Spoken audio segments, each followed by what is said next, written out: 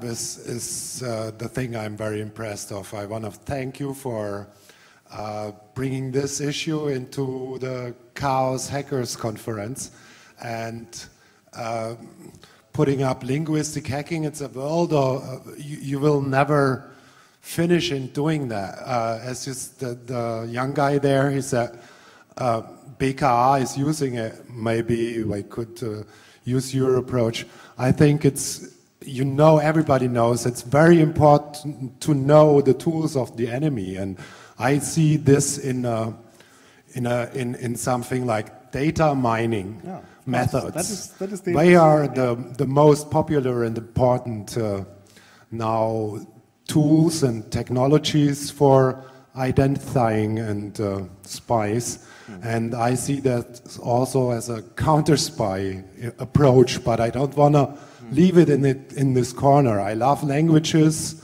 I only want to finish with, probably because you said because you're a Wikipedian, you forgot to say that Wikipedia itself, it's one of the biggest, best tools for fans of language, and you can play with Wikipedia and different languages, different symbols and signs without end. Thank you very much. Yeah, thank you.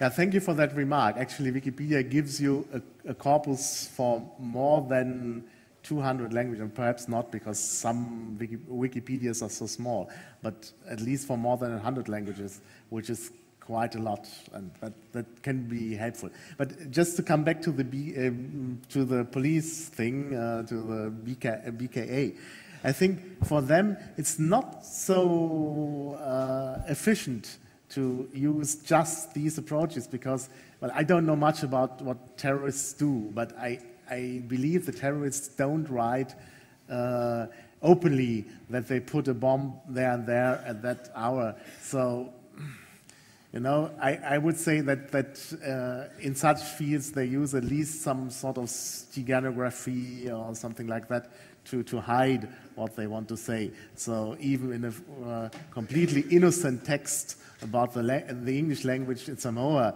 there might be a hidden meaning.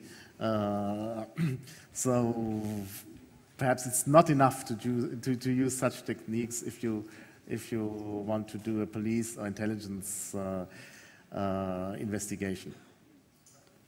The thing with the BKA is, I think, not to know what the language is about, but if you find a letter, for example, then you can trace it back to the original. Yeah. And for that approach,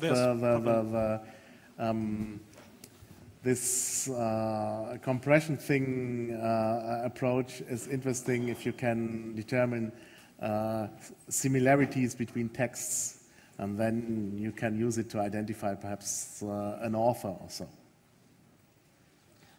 Okay, I've got one remark.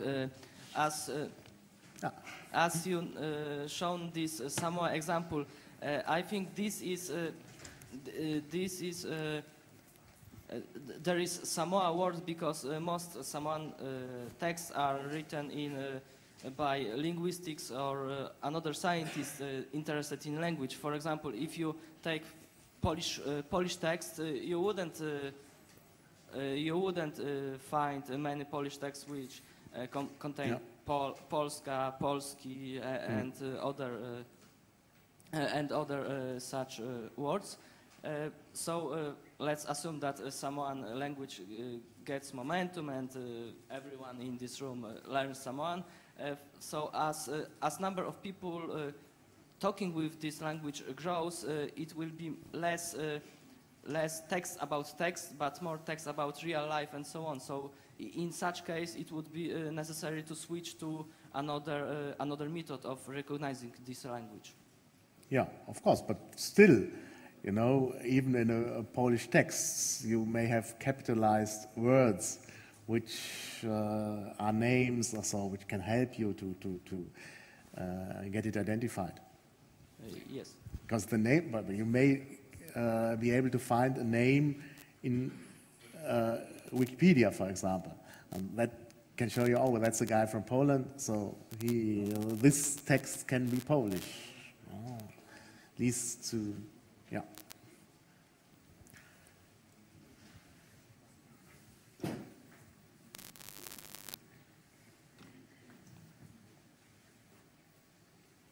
But the Samoan thing, well, I don't know whether it's always linguists that write about Samoan and mention Samoa. My impression is that people from Samoa, especially when they write, they are very much interested in, well, there are newspapers, for example, where you find, in the World Wide Web, you find Samoan newspapers. And it's obvious that they are interested in things going on in Samoa. That's why they mention Samoa so often. And I think even in Polish newspapers on the internet, they will mention Poland, because Polish newspapers are primarily interested in things going on in Poland.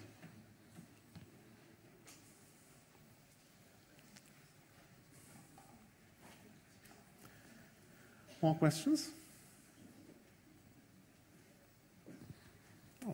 Yeah. I think we have time for at least one question.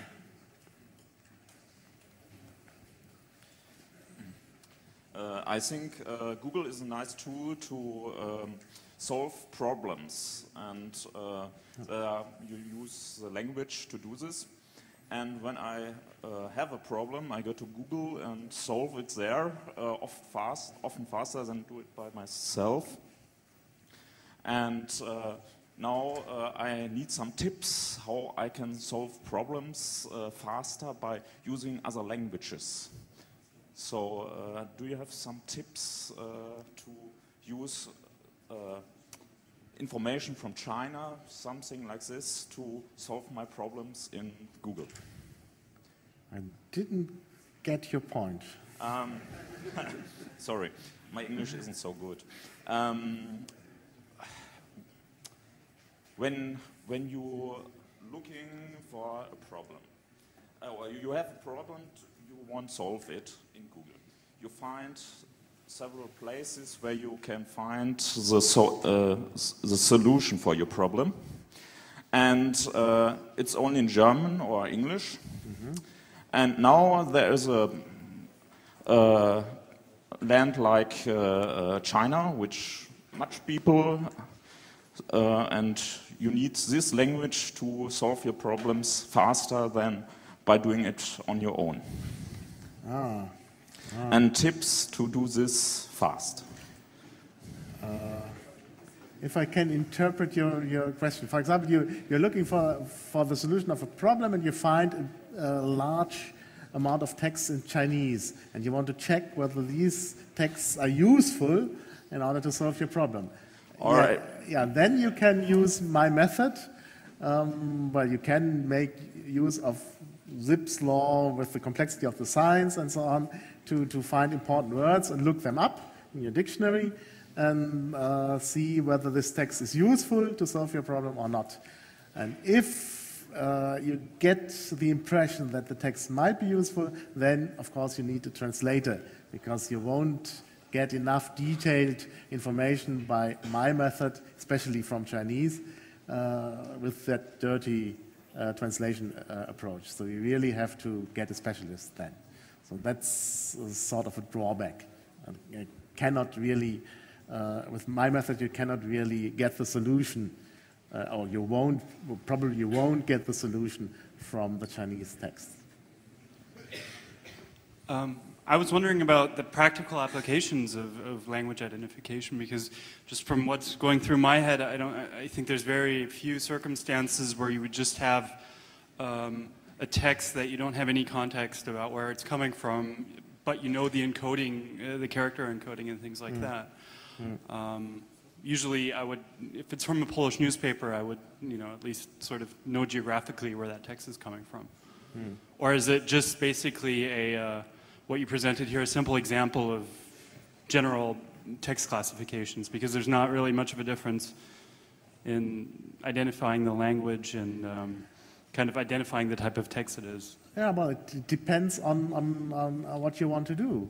I have that problem very often, that I get a text and I have no idea what language it is in. And for example, people who are interested in the blogosphere, for example, get texts written in a strange language, and well, they want to know whether this is interesting, whether they should link to this text or not. And I think for analyses of the blogosphere, the problem turns up quite often, that you don't know what a language is, what language a text is in, and want to get an idea of the contents too. Of course, well, it always depends on what you're doing, and in some, well, of course, with other problems, you usually, well, you can get HTML information, as somebody has said before, on the language and so on, and it's much easier to know where the text comes from and what language it is in. Yeah, I think time's up. 2 minutes? Yeah, one question, Philip.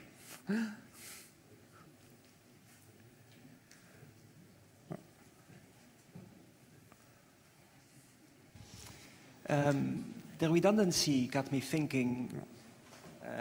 I can read a bit of French, and I noticed that in French is quite a redundant language. If you write it the official way, it takes a lot of space. So people in SMS write it much shorter.